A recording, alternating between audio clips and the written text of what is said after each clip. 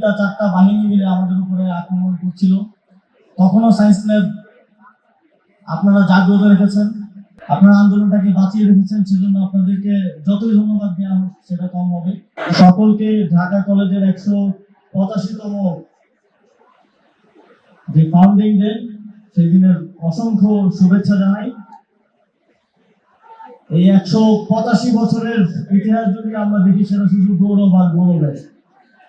আমি এই 185 বছরের ইতিহাস এই অঞ্চলের মানুষের সকল লড়াইয়ের একটা ইতিহাসের সাক্ষী বহন করছে ঢাকা কলেজ।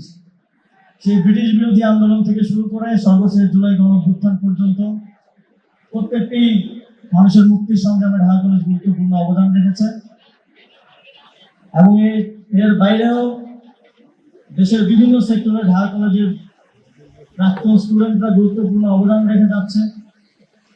সচিবালয় থেকে শুরু করে প্রত্যেকটি জায়গায় আপনাদের প্রাক্তনদের সাথে আমাদের দেখা হয়, কাজ করতে গেলে অনেক সময় কথা হয়।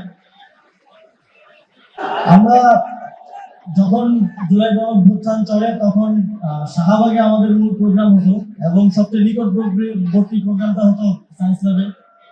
এবং আমি নিজেও কয়েকবার এসেছি, আমরা বাইক দিয়ে এসে এখানে কথা বলতাম, দেখতাম কেমন চলছে, আবার যেতাম। 2, 3, 4টা বাহিনী মিলে আমাদের উপরে আক্রমণ করছিল। তখনও সায়েন্স ল্যাব আপনারা জাগ্রত রেখেছেন, আপনারা সারা দেশের মানুষকে আশা জুগিয়েছেন, সারা দেশের মানুষকে আন্দোলন করার জন্য প্রেরণা দিয়েছেন, আপনারা আন্দোলনটাকে বাঁচিয়ে রেখেছেন, সেজন্য আপনাদেরকে যতই ধন্যবাদ দেওয়া হোক সেটা কম হবে। আমার মনে পড়ে যখন আপনাদের রিসেন্ট একটা আন্দোলন চলছিল ঢাকা কেন্দ্রীয় বিশ্ববিদ্যালয় প্রতিষ্ঠার জন্য, তখন আমাদের সম্মানিত ওয়াহিদুদ্দিন মাহমুদ স্যার ছিলেন শিক্ষা উপদেষ্টা। আপনাদের যে টিম গিয়েছিল, আমি তাদের সাথে একটা মিটিংয়ে ওয়াহিদুদ্দিন মাহমুদ স্যার সহ আপনাদের হয়তো 5 সদস্যের 7 সদস্যের একটা টিম ছিল। আমরা শিক্ষা মন্ত্রণালয়ে বসেছিলাম এবং আলোচনা করেছিলাম।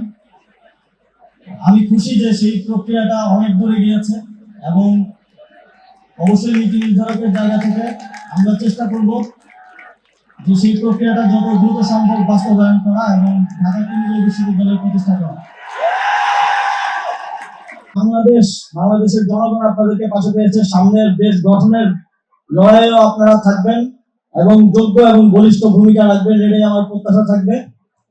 মাতৃভূমি অথবা মৃত্যুর প্রেরণায় বলিয়ান হয়ে ঢাকা কলেজ সারা বাংলাদেশের ছাত্র সমাজকে, তরুণদের নেতৃত্ব দিবে নতুন বাংলাদেশ গড়ার লড়াই, এই প্রত্যাশা ব্যক্ত করে এবং আপনাদের আজকের এই 185তম ফাউন্ডিং ডে, আজকের এই প্রোগ্রামের সফলতা কামনা করে